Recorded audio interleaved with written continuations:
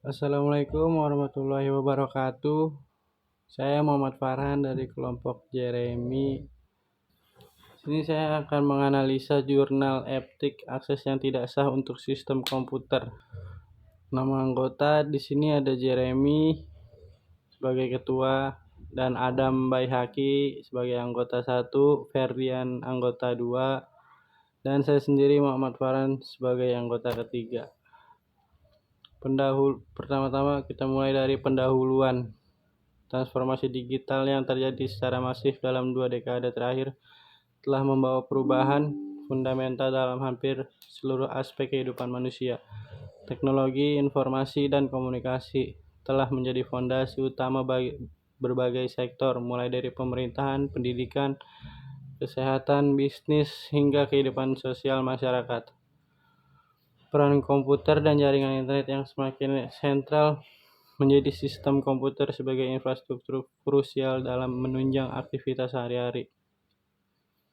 Penelitian ini bertujuan untuk mengkaji lebih dalam bagaimana tata cara mengatur tindakan akses yang tidak sah terhadap sistem komputer, menelaah kelemahan dalam implementasinya, serta merumuskan rekomendasi agar sistem hukum nasional lebih siap dan tanggap dalam menghadapi tantangan kejahatan digital yang semakin kompleks dan dinamis.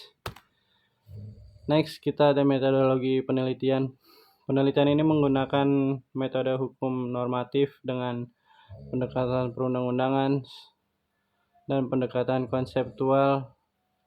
Sumber data yang digunakan meliputi peraturan perundang-undangan yang relevan seperti Undang-Undang ITE dan KUHP terbaru, serta literatur ilmiah yang membahas mengenai cybercrime dan illegal access. Analisis dilakukan dengan secara kualitatif dengan cara mengkaji norma hukum positif dan menggali prinsip-prinsip hukum yang berlaku untuk mengkonstruksi argumentasi yang solid.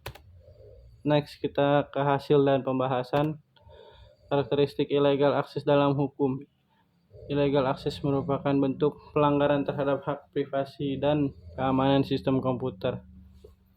Menurut Pasal 30 Undang-Undang ITE, setiap orang yang dengan sengaja dan tanpa hak atau melawan hukum mengakses komputer dan atau sistem elektronik dengan cara apapun dianggap melakukan tindakan yang dilarang, meskipun terdapat perbedaan dalam ancaman pidana antara Undang-Undang ITE dan KUHP. Substansi pelanggaran yang diatur tetap mengedepankan prinsip perlindungan terhadap integritas sistem komputer. Keamanan pada sistem komputer juga sangat dibutuhkan di dalam hukum karena semua data-data yang bersifat rahasia di hukum perlu adanya pengamanan yang ketat sehingga tidak terjadi illegal access. Penegakan hukum dalam illegal access, keterbatasan pemahaman teknis. Aparat penegak hukum seringkali belum memiliki keahlian teknis yang memadai untuk mendeteksi, membuktikan, dan mengusut tindak pidana illegal access. Evolusi teknologi. Perkembangan teknologi informasi yang sangat cepat membuat hukum positif menjadi cepat usang jika tidak disertai pembaruan regulasi yang responsif. Kurangnya kerjasama internasional. Kejahatan cyber bersifat lintas batas negara sehingga penegakan hukum memerlukan kerjasama internasional yang efektif. Kurangnya standarisasi prosedur penanganan. Belum adanya standar operasional prosedur atau SOP khusus dalam menangani kasus cybercrime membuat proses hukum berjalan kurang optimal. Upaya penguatan regulasi dan implementasi.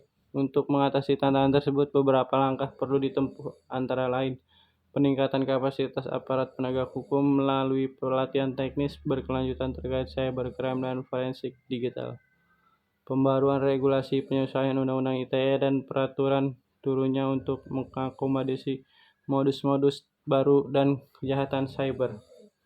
Penyusunan SOP penanganan cybercrime membuat panduan yang jelas dan aplikatif dalam menangani kasus-kasus illegal access.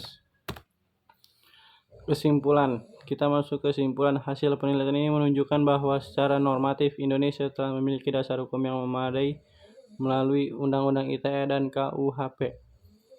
baru untuk menangani illegal akses. Namun dalam praktik penegakan hukumnya masih terdapat kesenjangan antara teori dan implementasi, rendahnya pemahaman teknis, minimnya koordinasi antar lembaga, serta tantangan lintas yurisdiksi merupakan hambatan nyata dalam penegakan hukum kejahatan cyber. Oleh karena itu, reformasi hukum yang disertai peningkatan kapasitas kelembagaan dan kerjasama internasional harus terus dikembangkan. Sistem hukum nasional harus mampu menjawab tantangan kejahatan illegal akses dengan respon yang cepat, efektif, dan adaptif agar dapat menjamin keamanan dan keadilan di ranah digital yang terus berubah. Saya Muhammad Farhan, sekian dan terima kasih.